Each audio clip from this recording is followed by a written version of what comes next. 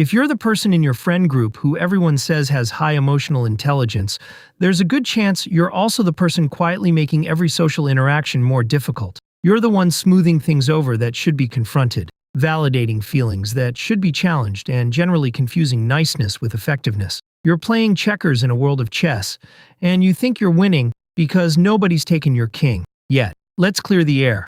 The popular idea of emotional intelligence, or EQ, has been watered down into a bland, feel-good cocktail of being a good listener and having empathy. It's become a personality trait, a badge you wear, but that's a dangerously incomplete picture. True emotional intelligence isn't a passive state of being. It's an active, strategic skill. It's the ability not just to perceive emotions, but to understand their mechanics, predict their trajectory, and, when necessary, influence them to achieve a better outcome. It's not about feeling everyone's feelings all at once.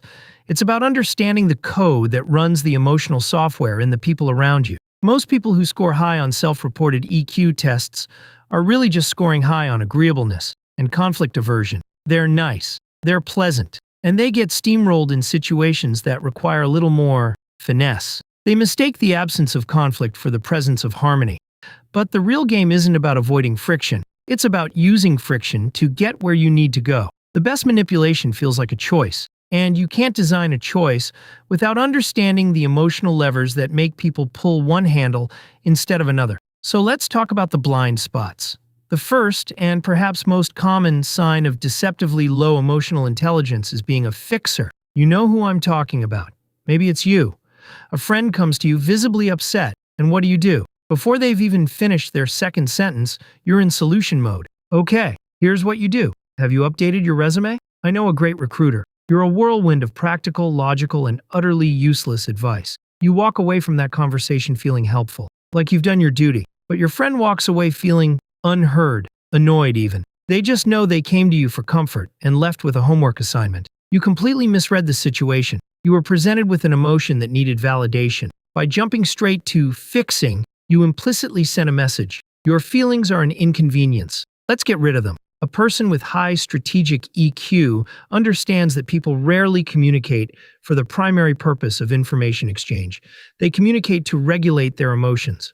The content of their complaint is often just a vehicle for the emotion they need to process. The fixer hears the content and ignores the emotion. They know that offering a solution when someone is in an emotional state is like trying to teach a drowning person how to swim. There's a more pressing issue at hand. The high EQ response isn't to solve the problem, but to align with the emotion. That sounds incredibly frustrating? You validate. You acknowledge. Only then, once the emotional storm has passed, might they be receptive to solutions. And, more often than not, they'll come up with the solutions themselves. The second red flag is a close cousin to the first. You consistently bring logic to an emotional argument. Picture this. You're in a heated disagreement with your partner. And you're a rock, an island of pure, unassailable logic. You speak in a calm, measured tone. You present facts. You point out the fallacies in their argument. You are being, in your own mind, the mature, rational adult in the room. And you are losing, badly. In fact, you're pouring gasoline on the fire. Every logical point you make is just another log on their pyre of righteous indignation. When someone is in a heightened emotional state, what psychologists call an amygdala hijack, their prefrontal cortex, the logical, rational part of their brain, has essentially gone offline. Your calm, logical demeanor isn't perceived as helpful. It's perceived as dismissive. The subtext is, your feelings are stupid, and here's a PowerPoint presentation to prove it. The high EQ player understands this instantly. They know that when emotions run high, the only way forward is through the emotion, not around it. You have to speak the language the brain is currently using. You don't say, that's not what happened. You say, I can see how incredibly hurt you are by this. You validate the feeling. You have to disarm the amygdala. Only then, when the emotional tide has receded, can the prefrontal cortex come back online. The third and most insidious sign of low EQ is believing that reading people is some kind of mystical superpower you possess. They see a colleague with a tense jaw and crossed arms, and immediately conclude, he hates my idea. They interpret a friend's brief one-word text as, she's furious with me. They are constantly creating entire novels of internal drama based on the flimsiest of cover art. This isn't a superpower. It's a cognitive distortion. It's the unholy trinity of assumption, projection, and confirmation bias. You're not reading them. You're taking a tiny, ambiguous piece of data, a facial expression, a tone of voice, and filtering it through your own insecurities, experiences, and moods.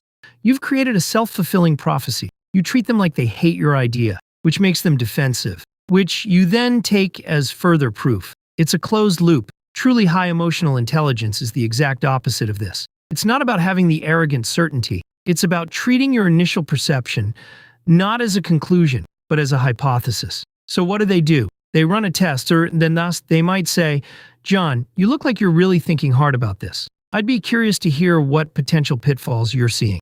You've turned a potential conflict into a data gathering exercise. You're not guessing what they think. You're creating an environment where they are happy to tell you. So if you find yourself falling into these traps, the fixer, the logician, the mind reader, what's the path out? It begins with a fundamental shift in perspective. You have to start seeing them as the operating system for human decision-making. You need to upgrade from a fuzzy, sentimental, affective empathy to a sharp, clear, cognitive empathy, or as I prefer, strategic empathy. Effective empathy is feeling sad because your friend is sad. It can be useful for bonding, but it can also be paralyzing if you're both drowning in the same emotion. Strategic empathy is understanding why. It's the difference between a doctor who cries with every sick patient and a doctor who understands their suffering and knows the precise treatment to administer. This is the chess player's mindset. You don't get angry at your opponent's knight for moving in an L shape. You understand that's simply how the piece functions. Low EQ players get swept up in the emotion of the game. High EQ players observe the emotions, understand their purpose, and use that understanding to guide the game. Think of someone like Don Draper. The clients are there to talk about technology, market share, and features. They are in a logical headspace. But Don does the opposite. He doesn't sell the product. He sells the feeling. He dims the lights and clicks through his own family photos, his wife, his children. He doesn't talk about the device. He talks about nostalgia, a twinge in your heart far more powerful than memory alone. He talks about the deep human longing to go home. He doesn't use logic. He hijacks their amygdalas with a carefully constructed emotional narrative. By the end, the clients are misty-eyed, and one has to leave the room. He saw the emotional target and hit a bullseye. That is high, strategic, and frankly, ruthless emotional intelligence. Is your emotional intelligence actually lower than you think? If you've been measuring it by how nice you are, then the answer is almost certainly yes. You've been playing on the tutorial level, mistaking the politeness of the non-player characters for a genuine mastery of the game. True emotional intelligence is sharper, more deliberate. It's about recognizing that every social interaction is a system of inputs and outputs. It's about swapping out the flawed tools of fixing, debating, and mind reading for the precision instruments of validating, reframing, and testing. It's the quiet understanding that the most powerful person in any room is the person who best understands the emotional currents flowing beneath the surface. If this little adjustment to your worldview was illuminating, there's a button down there shaped like a thumb pointing up. You can press it if you like. Think of it as a choice to see more of how this game is really played. And as we know, people love choosing exactly what you want them to choose.